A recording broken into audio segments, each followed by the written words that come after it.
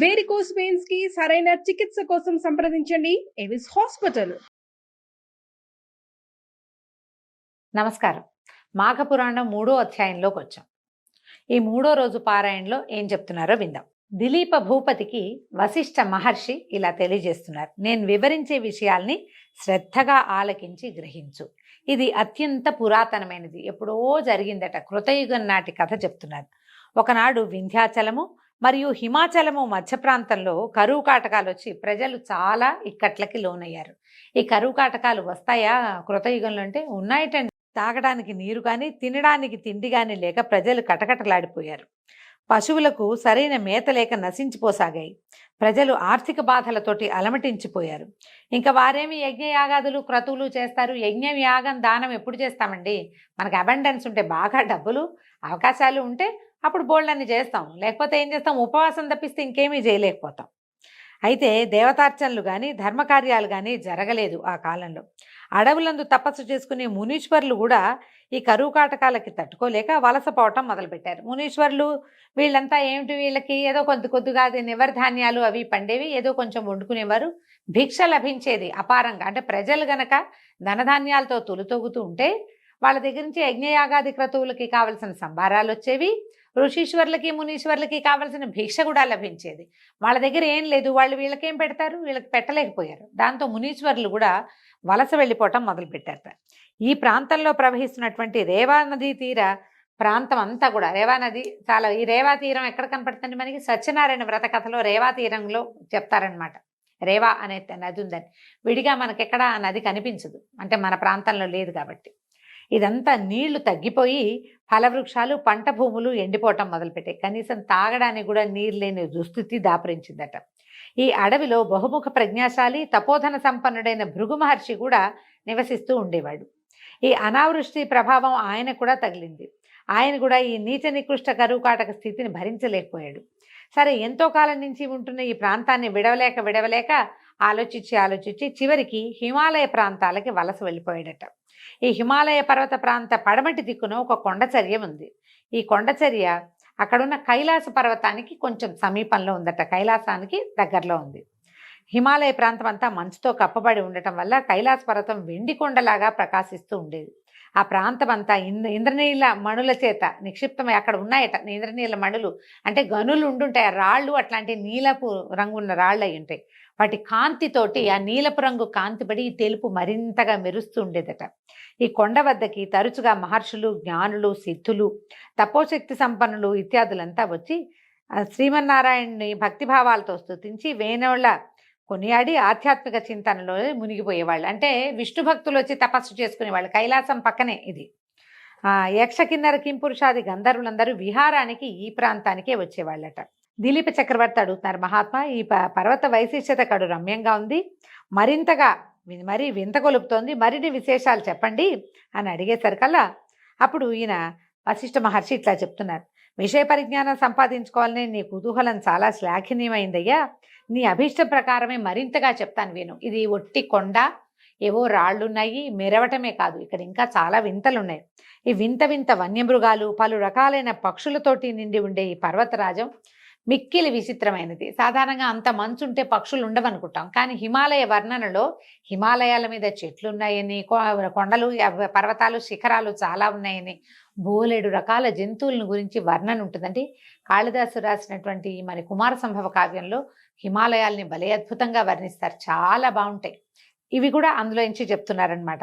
ఇంతటి చెట్లు చిత్రాతి చిత్రములైన వర్ణములతోనూ ఫలపుష్పాదులతోని నిండి ఉండి కడు రమ్యంగా ఆకర్షణీయంగా ఉంటాయి.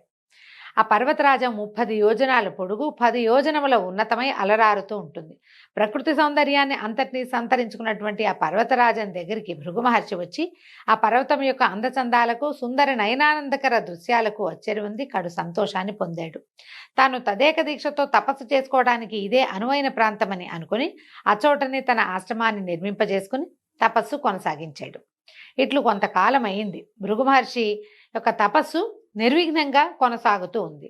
అత్యంత పరమనిష్టాగరిష్ఠుడైనటువంటి భృగు మహర్షికి ఆ ప్రాంతం ఎంతో తగినట్టుగా ఉంది, సంతృప్తిగా తపస్సు చేసుకుంటూ ఉండేవాడట. కొన్నాళ్ళు అయిన తర్వాత ఒకనాడు ఒక గంధర్వుడు భార్యా సమేతుడయ్యి ఈ పర్వతం మీదకి వచ్చి విహరిస్తూ తపస్సు చేసుకుంటున్న భృగు మహర్షిని చూశాడు. మహర్షి పట్ల ఆకర్షితుడై తన వృత్తాంతాన్నంతా చెప్పాడు. దగ్గరకు వచ్చి నమస్కారం చేశారు భార్య భర్త ఇద్దరు. అతను ఏం చెప్తున్నాడు, ఓ మహాత్మా, తమరు తపోశక్తి సంపన్నులు, సర్వజ్ఞులు కావున మీరు దయతలిచి నా కష్టాలని కడతీర్చమని ప్రార్థిస్తున్నాను అన్నాడు. అనేసరికల్ భృగు మహర్షి, గంధర్వ, నీకు వచ్చిన కష్టం ఏమిటి? నువ్వెందుకు విచారంగానో భార్యాద్వితీయుడుగా ఉన్నావు. భార్యాభర్తలిద్దరూ కలిసి ఉంటే ఇంకా కష్టమేమిటి? అదే కాదు అత్యంత సుఖమైన సంగతి. ఇలా ఎందుకు బాధపడుతున్నావు? నీ వృత్తాంతం అంతా చెప్పు. ఏ విషయం వల్ల నువ్వు బాధపడుతున్నావో నాకు అర్థమయ్యేలాగా చెప్పమన్నాడు. అప్పుడు గంధర్వుడు చెప్పాడు, ఓ భృగు మహర్షి, నా కష్టాన్ని నేను ఏ విధంగా చెప్పను? నాకు పూర్వజన్మ పుణ్య ఫలమున స్వర్గం ప్రాప్తించింది, కానీ నాకెందుకో పులి ముఖము కలిగినది. ఈ వచ్చిన గంధర్వుడు శరీరం అంతా అందంగా సౌష్ఠవంగా చక్కగా బంగారపు రంగులో మెరిసిపోతూ వివిధ రత్నాభరణాలు ధరించి చక్కగా ఉన్నాడు. కానీ అతని ముఖం పులిలాంటి ముఖం, పూర్తిగా పులిగా లేడు. కానీ ఒక రకమైన భీషణమైందంటే గండస్థలాలు అవి ఇలా గండరించి ఉండటము, కళ్ళు అవి విస్తారంగా ఉండటం, అంటే విశాలమైన నేత్రాలు కావవి, పులి కళ్ళు ఇట్లా పైకి లేవదీసినట్టుంటాయి. కనుబొమ్మలు తక్కువగా ఉండటము, మొహం గండుగా ఉండటం. అందమైన ముఖం కాదు, శరీరం చక్కగా ఉంది లావణ్యంగా, ముఖానికి ఆ లావణ్యం లేదు. పులిలాంటి ముఖ కవళికలు కలిగి ఉన్నాడనమాట. ఈ పులి ముఖంతో బాధపడుతున్నాడు. నాకు ఈ దురవస్థ ఎందుకు కలిగిందో తెలీదు. నేను చేసిన పాపం ఏమిటో నాకు బోధపడదు. మిగిలినవన్నీ బాగున్నాయి, నా భార్య కూడా చాలా బాగుంది అంటున్నాడు. ఈ పులి మొహంతో చాలా బాధలు పడుతున్నాను. ఎవరికి నా మొహం చూపించలేను. నన్ను చూసిన వాళ్ళంతా నేను పులినని పలకరించరు. మామూలుగా నడిచెళ్ళినా కూడా. ఈమె నా భార్య అత్యంత రూపలావణ్యాలు కలిగింది, మిక్కిలి గుణవంతురాలు, మహాసాధ్వి. పైగా నా వికృత రూపం వల్ల నేను అందరికీ దూరం అయిపోతుంది. ఈమె సాధ్వే, ఆ అమ్మాయి నాతోటే ఉంటుంది. ఈమె నాతో ఉండటం వల్ల ఆమె కూడా ప్రపంచంతో సంబంధం లేకుండా పోతుంది. అదొక బాధగా ఉందన్నమాట. నాకు ఈ రూపకారణాన్ని తెలిపి దాని నివారణోపాయం కూడా తెలుపమని వేడుకుంటున్నానని పదే పదే ప్రార్థించాడట. గంధర్వుని వృత్తాంతము, అతని దీనాలాపాలు విని అతని వికృత రూపాన్ని చూసినటువంటి భృగు మహర్షి హృదయం ద్రవించింది. తన హృదయాన్ని ఎవరో కలచివేసినట్టు అయిపోయిందట.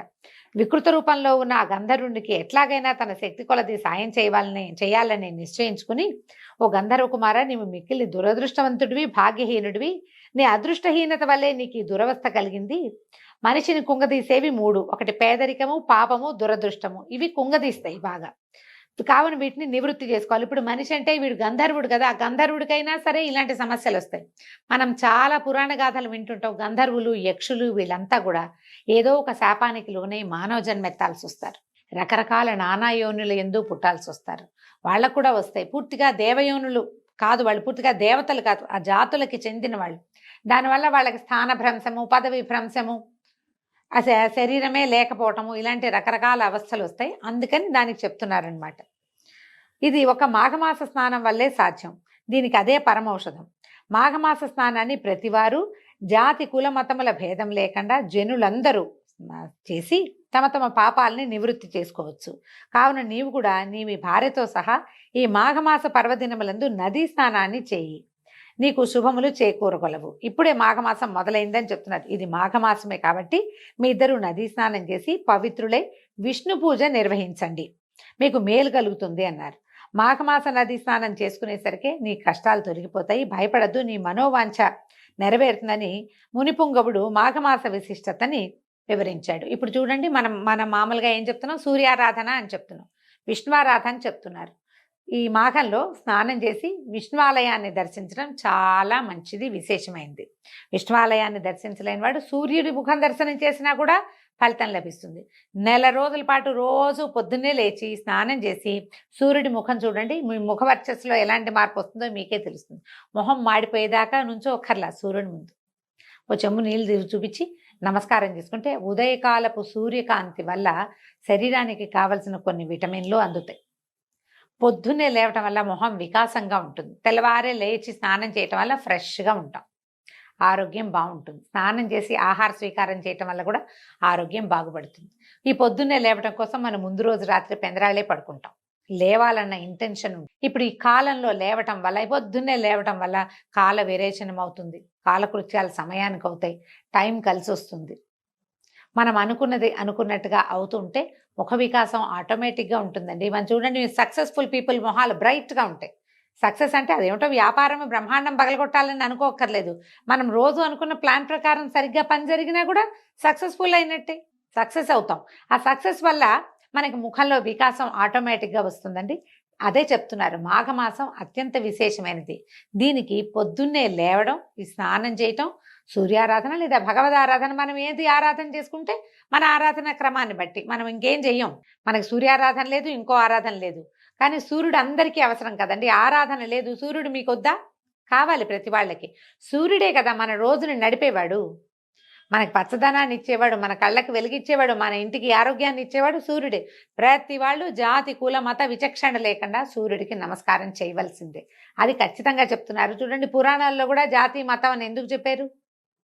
నేను సూర్యుడిని ఆరాధించను, నేను గణపతిని ఆరాధిస్తాను అనేవాళ్ళు ఆ కాలంలో కూడా ఉన్నారు. గాణాపత్యము అలాంటి మతాలు ఉండేవి. అయినా సరే సూర్యుడికి నమస్కారం చేయాలి, స్నానం చేయాలని చెప్తున్నారు. గంధర్వుడు అతని భార్య కూడా శ్రద్ధగా ముని చెప్పిందంతా విన్నారు. మాఘమాస మహాత్మ్యాన్ని గ్రహించారు. వెంటనే సమీపమునందున్న నదిలో సతీ సమేతంగా గంధర్వుడు ముని చెప్పినట్లే స్నానం చేశాడు. అయితే కథలో చెప్తారంటే అంతే, ఇలా ఒక్కసారి స్నానం చేయగానే ముఖవర్చస్సు మామూలుగా అయిపోయిందని. ఈ నెల రోజులు మాఘ స్నానం చేయటం వల్ల, సూర్యారాధన చేయటం వల్ల, విష్ణువారాధన చేయటం వల్ల మాఘం అవ్వగానే అతనికి ముఖంలో మార్పు వచ్చిందని పద్మపురాణంలో చెప్పబడిందండి. మామూలు పురాణాల్లో ఒక్కసారి చేస్తే అయిపోతుంటారు, ఒక్కసారి చేస్తే కాదు, సమయం పడుతుంది, కానీ అవకాశం ఉంది.